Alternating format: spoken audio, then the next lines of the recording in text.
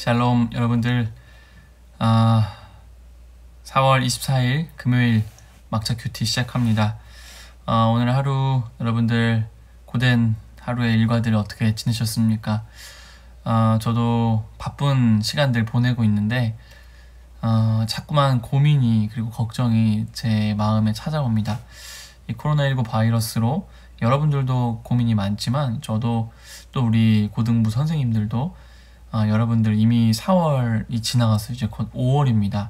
1년에 거의 반이 가까운 이 시기에 우리 친구들과 많이 교제하지 못하고 또 많이 소통하지 못했는데 한 해가 이렇게 반이나 가까이 이제 지나가고 있는 겁니다. 제 마음속에 계속해서 걱정과 근심이 있습니다. 어떻게 해야 이제 코로나 바이러스가 종식되고 우리가 모였을 때 어떻게 해야 우리 친구들이 빠르게 또 마음을 잡고 하나님께 예배드릴 수 있게 될 것인가, 또 여름 수련회는 어떻게 준비할 것인가, 뭐 이러한 생각들이 계속해서 제 마음속에 부담감으로 찾아옵니다. 그래서 이렇게도 생각해보고 저렇게도 생각해보고 또 이 방법 저 방법, 그리고 또 아는 지인들 어떻게 하냐고 물어보기도 하고 많이 고민을 하는데 걱정만 앞설 뿐이고 한숨만 나올 뿐입니다. 그러나 하나님께서 계속해서 말씀을 묵상하는 가운데 제 마음 가운데 내려놓게 하세요. 하나님이 하시겠다. 지금 우리 선생님들 함께 할 수 없고 또 우리 친구들 여러분들이 매주 얼굴을 마주할 수 없지만 또 하나님께서 여러분들과 함께 계시고 또 기도하는 여러분들 마음속에 성령께서 함께 하시기 때문에 저의 걱정과 근심을 넘어선 하나님의 은혜가 여러분들의 삶 속에 조명하고 있을 거라 믿고, 또 우리가 다시 모였을 때 기쁘게 예배의 마음대로 회복하고 또 예배가 회복되며 하나님을 기쁘게 찬양하며 모든 것이 제자리를 찾을 날이 올 것이라는 그 하나님 마음의 확신을 주셨어요. 그래서 말씀을 묵상하는 것이 제 삶에 큰 힘이 됨을 다시 한번 느꼈습니다. 오늘 함께 보실 하나님의 말씀에도 하나님께서 절망 가운데 좌절하고 있는 이스라엘 백성 가운데 새로운 희망을 주실 것을 약속하십니다. 그런데 그 희망이 다른 어떤 것에서 오는 것이 아니고 잃어버리고 무너져버린 예루살렘 성전, 이스라엘 사람들에게 굉장히 중요한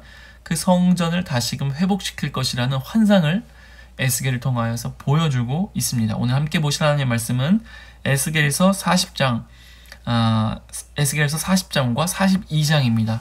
굉장히 많은 본문의 양들을 다루고 있기 때문에 오늘 매일 성경 큐티 본문도 굉장히 많은 부분을 생략했습니다.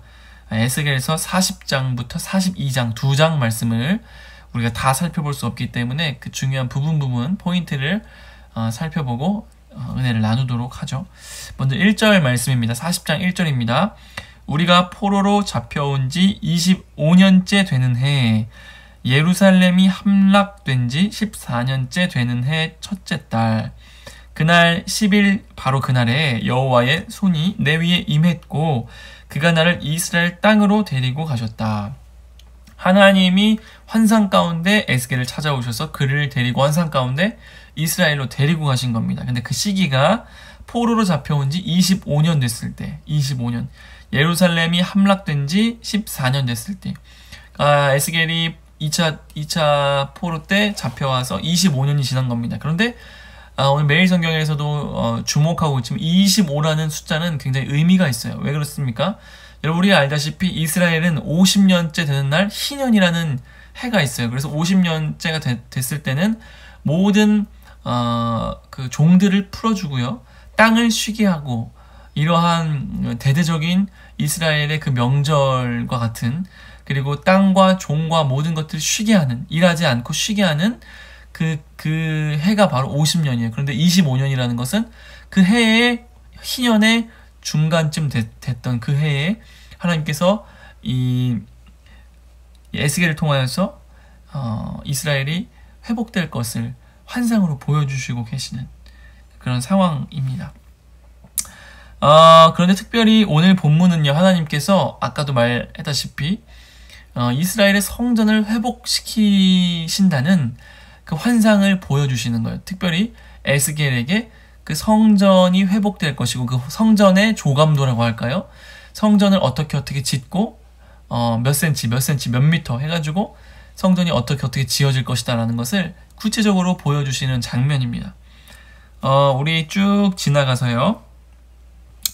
먼저 5절을 보죠. 5절. 40장 5절입니다. 나는 성전 지역을 완전히 둘러싸고 있는 담 하나를 보았다. 먼저 성전의 외곽에 있는 담을 보았다고 말하죠. 여러분, 성전보다도 그 외곽, 성전 외곽에 있는 담을 보여주십니다. 여러분, 성전에는요, 중요한 게 뭐냐면 성전 가장 가운데 있는 지성소, 하나님께서 임재하시는 장소인 지성소가 가장 중요해요. 그 지성소로 가기 위한 성전의 가장 외곽 벽이 있다라고 말씀하십니다. 먼저 맨 외부에 있는 외곽에 있는 벽을 말씀하시죠. 이어서 22절 볼까요? 22절. 창문과 현관과 종려나무를 새긴 것도 동쪽 문의 것들과 크기가 같았다. 7 계단을 오르면 문으로 들어갈 수 있으며. 여러분, 먼저 이 담을 지나서 담 안쪽으로 들어가면요, 담 안쪽에 있는 뜰은요 7 계단을 올라가야 된대요. 넓은 곳에서 좁은 곳으로 가고, 좁은 곳에서 낮은 곳에서 높은 곳으로 올라가는 겁니다. 그쵸? 7 계단을 올라가야 한답니다.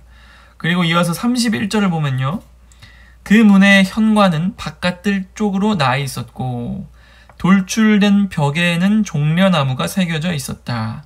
그 문으로 들어가는 길에는 8 계단이 있었다.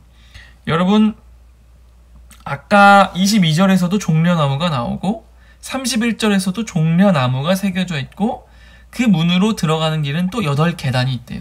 그쵸? 바깥쪽에서 안쪽으로 낮은 곳에서 7 계단, 그리고 그 낮은 곳에서 다시 한참을 가서 8 계단, 점점점 높아집니다.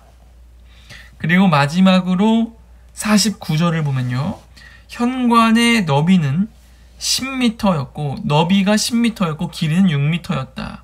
현관으로 들어가는 길에는 계단이 또 10개가 있는 겁니다. 계속해서 높아집니다. 그리고 1절, 그러니까 42장의 1절을 보면은 그 사람이 나를 데리고 바깥 성소로 가서 그 벽을 재니 두께가 양쪽 모두 3m였다.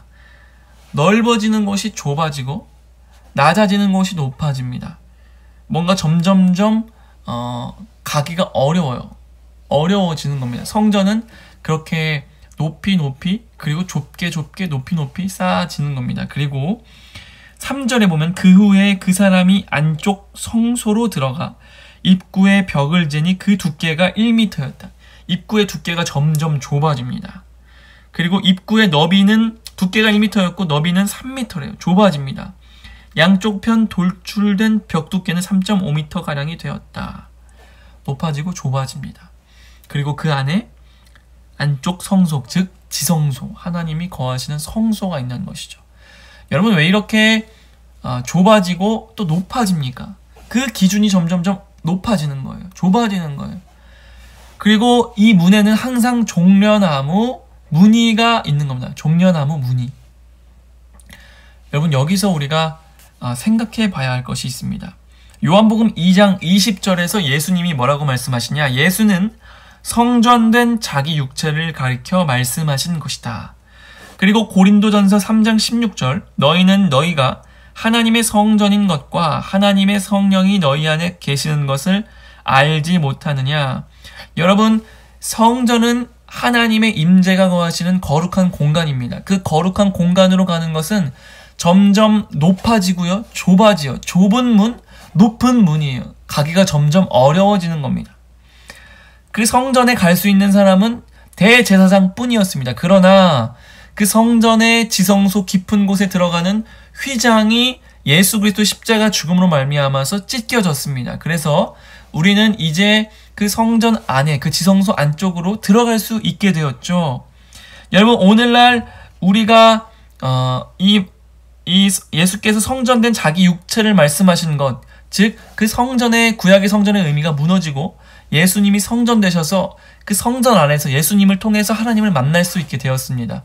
우리가 이 대목은 우리가 이미 예수님 십자가 사건에서 많이 다뤘습니다.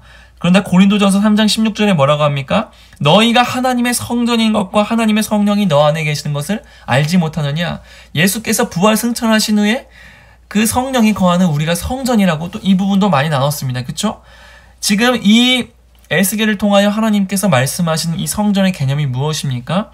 이 더 이상 대제사장을 통해서만 그 성전의 지성소 깊은 곳으로 들어갈 수 있는 의미가 아니라 그 성전이 회복되는 의미가 과연 그 과거에는 그 무너진 예루살렘 성전이 회복되는 것이었지만 오늘날 우리에게는요 예수님과 함께 우리가 성전된 우리가 점점 지어져 가야 한다는 겁니다. 성전된 우리가 우리 안에 계신 예수의 영이신 성령님과 함께 지어져 가야 한다는 것을 의미하는 겁니다. 지성소로 가까이 갈수록 거룩함의 기준이 높아지고 강화됩니다. 그쵸? 그러므로 우리가 하나님께 나아가기 위해서는 성전된 우리가 우리 안에 거룩함을 점점점 지켜나가야 돼요. 더 높게, 더 좁게. 하나님 앞에 거룩함을 지켜 행해야만 그 하나님의 지성소 깊은 곳에서 하나님과의 충분한 교제를 마음껏 누릴 수 있게 된다라는 것이죠. 여러분 오늘날 코로나19 바이러스가 점점점 종식되어 갑니다. 우리나라도 10명 이하로 감염자가 줄고 있어요. 그러나 이럴 때 우리가 마음을 놓고 여러분 모든 것을 개방하고 모든 것을 오픈하고 우리가 모인다면 어떻게 되겠습니까? 그 빈틈을 통하여 다시 코로나 바이러스가 흥행할 수 있겠죠. 조심해야 됩니다. 여러분 죄악도 마찬가지입니다. 우리가 점점점 그 기준을 좁게 더 높게 그 기준을 높게 삼아서 우리가 우리 안에 죄악들이 들어오지 못하도록 하나님과 우리만의 더 친밀한 관계를 통하여 우리 안에 죄악이 들어오지 못하도록 더욱더 엄격하게 해야 한다는 것이죠. 사랑하는 여러분, 우리 안에 그 기준들, 낮아진 기준들, 특별히 오늘 저와 여러분들 그리고 오늘날 저와 여러분들 방학이 길어지면서 그 기준이 굉장히 낮아지고 있어요. 주일 성수는 여러분 잘 하고 있어요. 여러분들 하루에 여러분의 삶의 예배는 잘 드리고 있어요. 말씀 보고 있어요. 기도하고 있어요. 여러분 우리가 함께 예배 드릴 때에 경각심을 가지고 죄를 미워하고 멀리했던 저와 여러분의 삶이 지금도 이어지고 있어요. 여러분 오늘 하나님 말씀에 에스겔을 통하여서 이스라엘 백성들의 회복을 말씀하시는데 그 회복은 다른 데 있는 것이 아니에요.